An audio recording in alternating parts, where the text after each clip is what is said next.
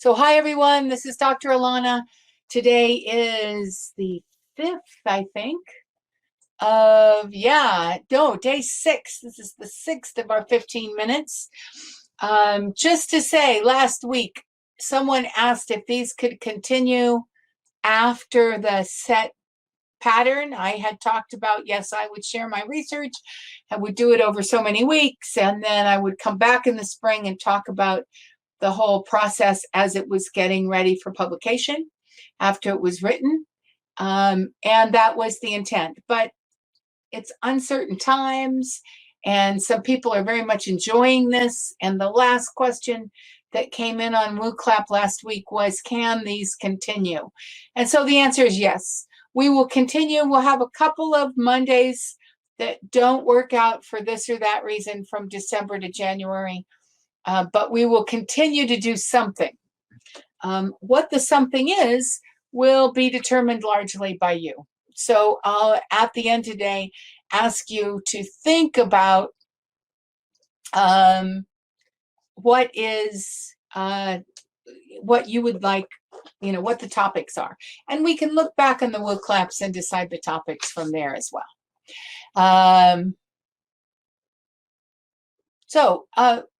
One person in the room says that the video is very dark. It looks good on my side. Is anybody else seeing me in a real dark haze? Should I worry about that? Looks good. Okay, so it's probably on her end. Here we go. Thank you very much. Today's agenda. So last week I had these data and what was involved in the analysis and what was a mixed method analysis, and you all got to see the angst that goes with, is there anything here? What can I learn from this? And I left with some ideas. Today, I came to the realization that there's two kinds of analysis. And so some things to talk about there. Then I tested some ideas against the data. I looked for weak and disconfirming evidence. And then we're going to have our WooClap conversation afterwards. So as questions come to mind, please register them on www.wooclap.com/15 minutes. And we'll answer questions until we're done. So I hope that suits you. I'm looking forward to hearing what you have to say. And this was my process this week. So when I reflected on my data, I learned that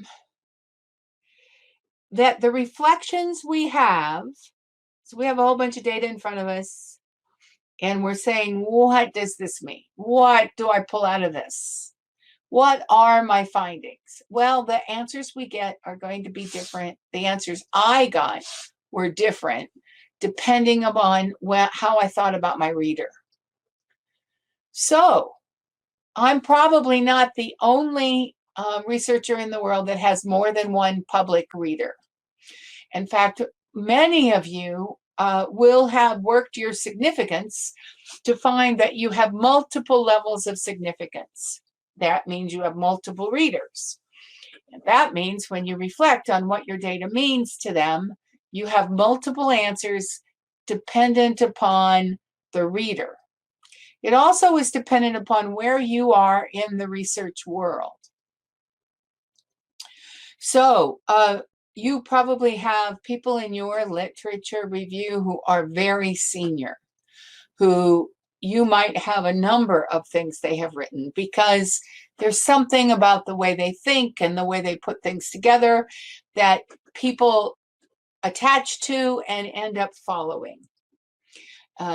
Those people can think about the subtleties that have very little data and produce articles that where no one questions how much data they have behind what they're saying, because it's part and parcel of a stream they've been talking about. That's different from those of you or us at the beginning or middle who don't have a following or who may be trying to launch new ideas. So we just have to, all I want to say here is that your reflections need to be bigger than just, what do I think about this? They need to be, what do I have to say to this group? What do I have to say to this group? Who am I? And why would this group want these? And what would they need for my findings to have? So when you think about that, and you think about what we're talking about then for my work, my readers are deans and staff of graduate schools, first and foremost. Those are the people I'm really writing the article for. They're the ones I have in my head, even though I'm writing in a journal, and the journal is about higher educational standards or whatever. So what does that mean? That means I have to take, I'm going to set up findings for my reader, for the one I want to attract. But it might mean when I come into getting ready to publish that there will be some tensions that I have to maneuver through. Who am I in the research world? I'm a practitioner researcher. And you're going to see that that's important today. And I'm a pragmatist. And what that means is that I care about whether or not what my research results and findings need to do is help other people have better results and findings. And I do that through the lens of the actual practice that gets us there. There would have been a number of ways to look at the data that I got and that all of you put together and were part of if you came to the boot camps this summer. But that's the lens I look through. Now, remember that there are a pro and a con for every position we hold and every way that we write. But reflectively, we should be in touch with what those are. Now, hopefully, these kind of big ideas will make more sense when you see how they played out. So I've written up these. I've actually discussed. I've got one written piece, kind of a white paperish piece, and one webinar already on this research. So I've discussed my findings a couple of times, even though they weren't as nearly as backed up with analysis as you have seen them become. So my first set of findings, I'll just give them to you quickly. My first findings were that it was important that we did pre-proposal and post-data groups as separate rather than together. And I do that because as a practitioner, I am very convinced that the headspace we have when we are putting our research together, brand new researchers don't know what we're doing, and the headspace we have after we have data and we're finishing it up are two entirely different things. And I know that because I have worked with people through the whole process, and I have seen them change dramatically at the end. So that was my gut level reaction. And the data that I had that backed it, that gut level reaction up, was the interview data. When people talked about why they were in fact in both groups and the numbers of people who chose to be in one or both groups. I also realized, and this was kind of shocking to me as a practitioner, that I thought I knew who was learning the most in the groups I was running. And in all cases, an extra 10% were learning that I never saw because they did all the work asynchronously. So that is a twofold thing. It's a value of asynchronous work. And it's also you don't always know it. We cannot judge our experience from teaching in the online world as exactly the same as we judged when we knew everybody face to face, because there's things that go on asynchronously we can only get from the data. And finally, this whole reason for this research is to really test out what is return on investment for the university, because I had a group that was very expensive and very targeted and very small versus very inexpensive, very loose, and very big. And what are the different levels of returns from those two levels of investment from the university? And then where do we go from there once we learn that those are different? Now, that was the first time I talked about it. Interestingly enough, when I started to write it up for a white paper, I looked at it a little differently. My first question, so I asked a different question. I asked, where were everybody who came? Where were they before they got here? And we didn't have complete survey data, but we had some survey data. And of the people who answered the pre-survey, the majority said they were stalled. The rest of them from the interview said they needed structure. They were there because they knew innately they needed structure. So when you put those two things together, you probably have a very high percentage of the people who are going to come. So that's worth talking about as a practitioner to other practitioners. And that's what a finding is, really, isn't it? It's something worth talking about. It's something worth helping our fields get stronger and better because of the work we've done, and we've backed up our claim with data. The second finding was that, again, outcomes were closely related to university enrollment. This is a slightly different way of looking at the return on investment conversation. And then I was reflecting, and that's part of being practitioner researcher, is that you're held to the standard of reflecting and reflexing on your work. And for those that don't know the term, reflection is my reflecting on what I did that caused the outcomes I had. So all of us as researchers are embedded in our research, whether we like it or not, and to some extent we have effect on our outcomes because of that relationship to our work. And practitioner researchers completely, action researchers, a lot of people, storytellers, a lot of people in the qualitative world are held to this standard. So when I did that, I reflected that that I really couldn't have done as rich an experience if I didn't have all the PD education behind me. And you will see here, it just feels like I have a lot more to give easily because you can ask a complex question and I can send you on to a place where you'll get a full answer to that question. And then also the asynchronous, synchronous as a way to scale these ideas for people. Because at the end of this whole thing, one of my questions is, how do we offer graduate students more support, and how do we bring that to scale? Okay, so now I have those, and now I thought, okay, these are my first thoughts.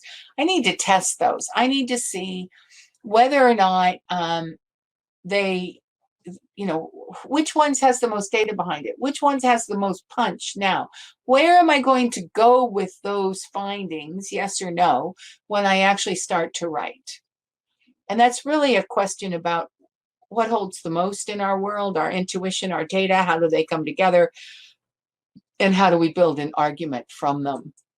So in my case, I went to a chart. I listed the 6 findings I just told you about on the left, and then I ranked them 1 to 5 on a ranking of 1 to 5, where I had multiple types of data that backed up that finding, and it also made for the best story. Because I'm a qualitative researcher and I'm a practitioner, at the end of the day, my research will have more legs if I am telling a story about it, because people will remember that better. So, as you can see, it ended up, took me a while to do all this, but it ended up that the bottom 3 had better data behind them, but None of them were very good standalone. All of them merged. And so here's the outcome of my argument as it now stands and my findings as they now stands. So my argument would be, when considering raising graduation rates for research and doctoral researchers, research masters and doctoral researchers, it's time for higher education and indeed the teaching and learning community in general to consider new business models. These should not only merge the benefits of synchronous and asynchronous learning options, but also the benefits of the university enrolling and monitoring stalled students, while a scalable vendor educational practices address student support requirements. So I'm coming to that argument this way.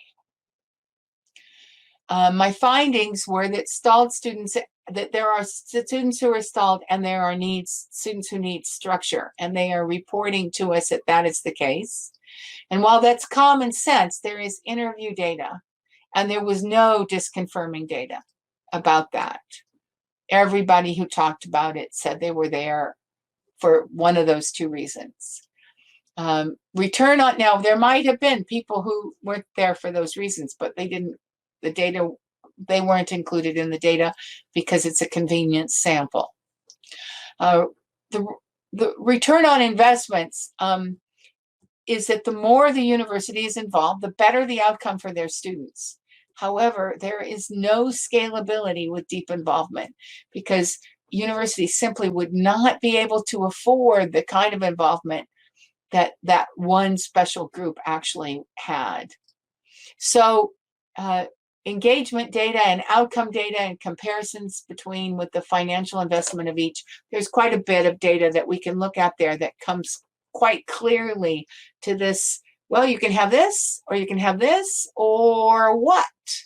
So the question becomes how to get closer and closer to the, as it does many things in education, how to get closer and closer to the very expensive kind of model, and yet not have it cost so much that most universities couldn't afford it.